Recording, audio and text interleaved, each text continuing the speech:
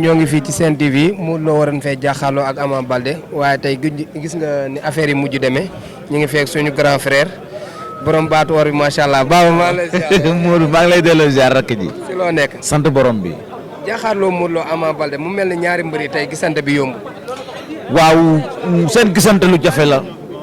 li ko waral mooy adversité bu yàgg la maanaam seen adversité seen kujje ci làmb du tey démb la loolu nag di raam Modou jiitu di dem Ama ne ci ginnaaw di ñëw ba dab ko mooy combat boole leen ba tey ñu war a bëri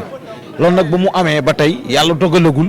ñu bokk taabal ba ñu tëggee combat bi ba tey li coow li bëri ku nekk lekk nga avance ku nekk xam nga ne seen combat Luc Nicolaï dina ko tëgg incha allah rabbi mais ba tey amaguñu chance ñoom ñaar ñu toog côte à côte ci taabal waxtaan loolu nag dina am c'est que xëy na fi ñu ko bëggoon defee ak combat bi tension bi mu am ak mbooloo ak maanaam tolluwaayu combat bi moom moo xajul fi ñu ko bëggoon defee te defe naa mbooloo mi ñëwoon fii tey wax dëgg yàlla Modou Anta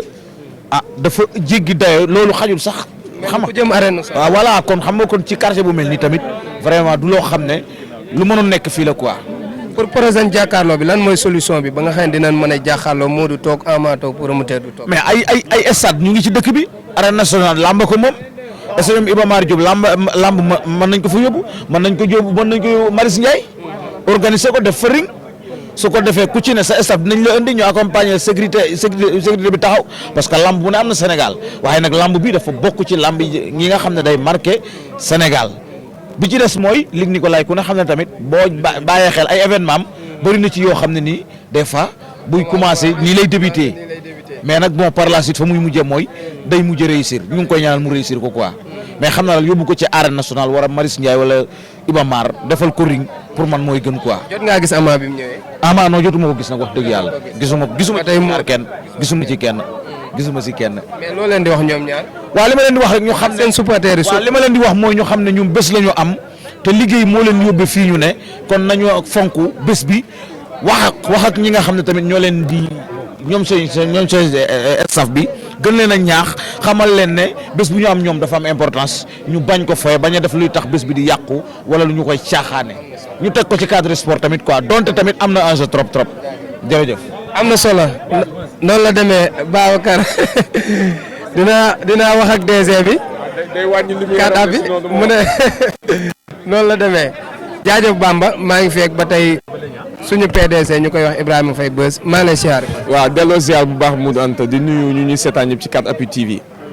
mu mel ni tey jàkkaarloo Modou Lo Ama Baldé moo ñu fi andi woon waaye ñaari mbëri daal ba depuis ba combat bi taxawee ba tey pour ñoom ñaar ñu toog yombul lan moo tax ba ñoom ñaar pour ñu toog day jafe chaque jour. waaw ginnaaw bu ñoom ñaar am la ñoom ñaar dañu am ginnaaw boo xamante ne bu yéeme la tey lu ñu diree ci ay public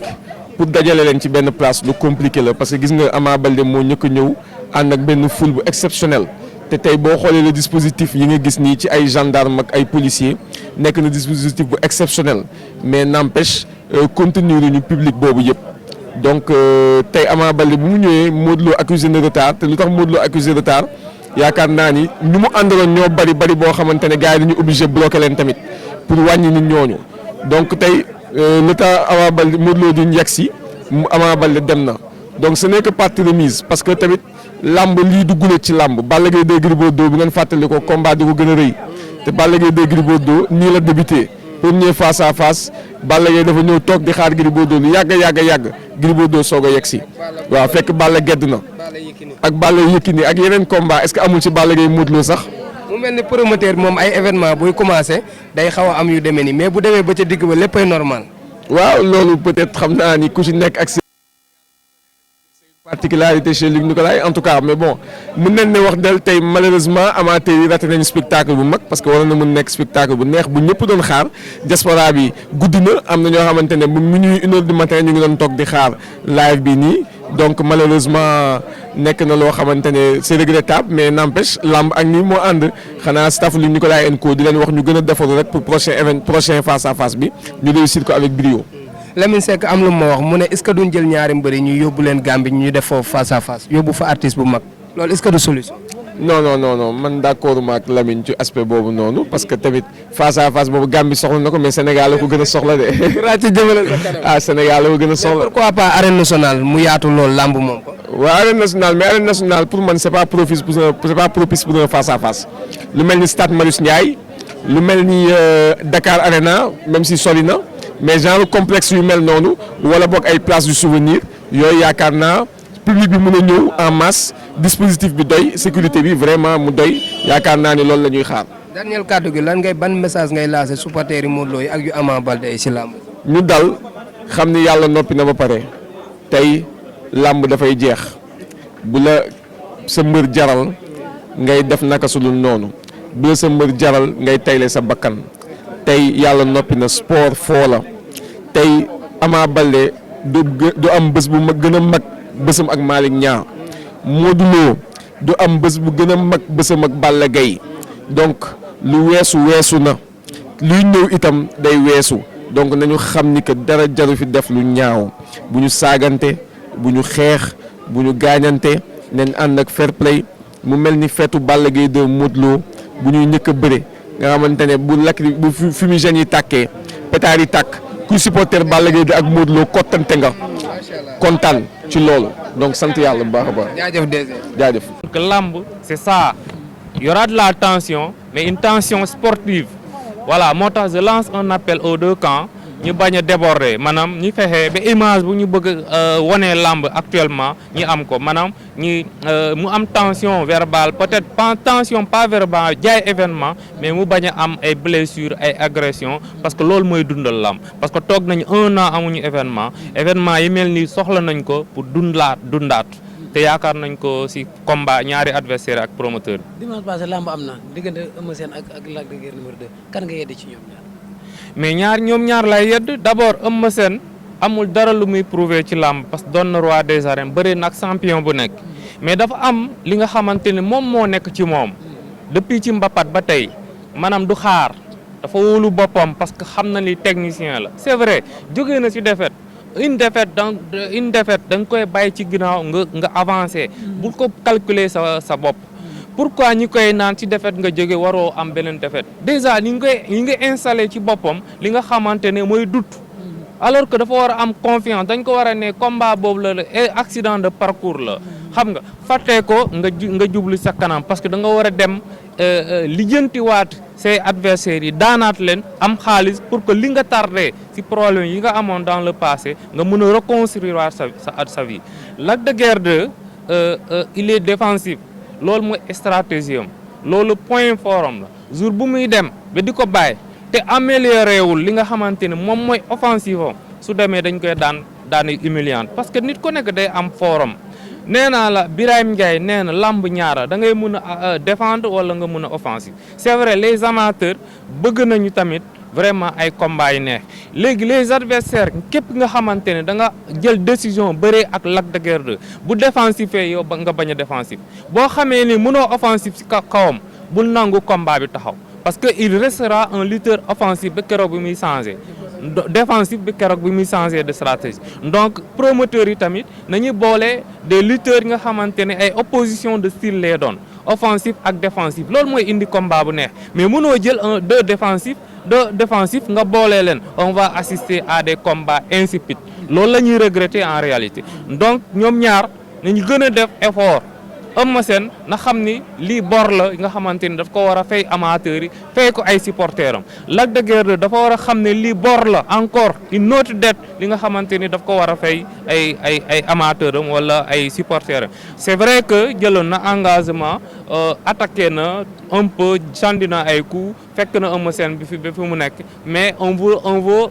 que mu defaat yeneen effort sur le plan technique mu gën a améliorer technicité pour que vraiment saa yu combat taxawee mu bañ a yem ci ay sànni coup parfois sans conviction mais mu dem ci adversaire yi xamal leen ni mën naa bëre jàng naa bëre écurie Waalo lañ ma formé et puis boy Géejawaay la. gis nga promoteur yi léegi ni ñu jëlee bëre simple bi Fallou Ndiaye le 10 moo war a ñëwaat comme ni mu ko defee kañ la ko defoon Pël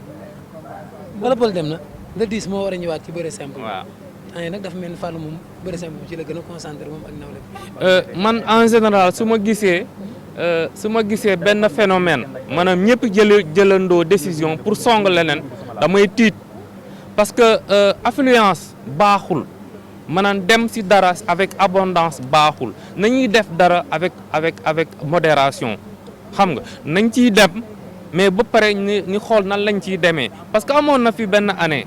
Luc Nicolaï ñëwoon na baar bi yóbbu 5 millions jaax et cetera mais dafa dem ba rey ñi nga xamante ni promoteur ñi doon teg ay 500 000 ay 1 million ay 300 000 da daan neex boobu da daan neex Adrien Senghor boo fa tegoon 500 000 daan na neex am ambiance dem na ba léegi Adrien Senghor 500 000 doo gis dara doo gis ténor 1 million la donc nañuy xool nan la ñuy jàppalee làmb bi di ci dem avec xel ñu bañ a jàpp ni soo tegee 5 millions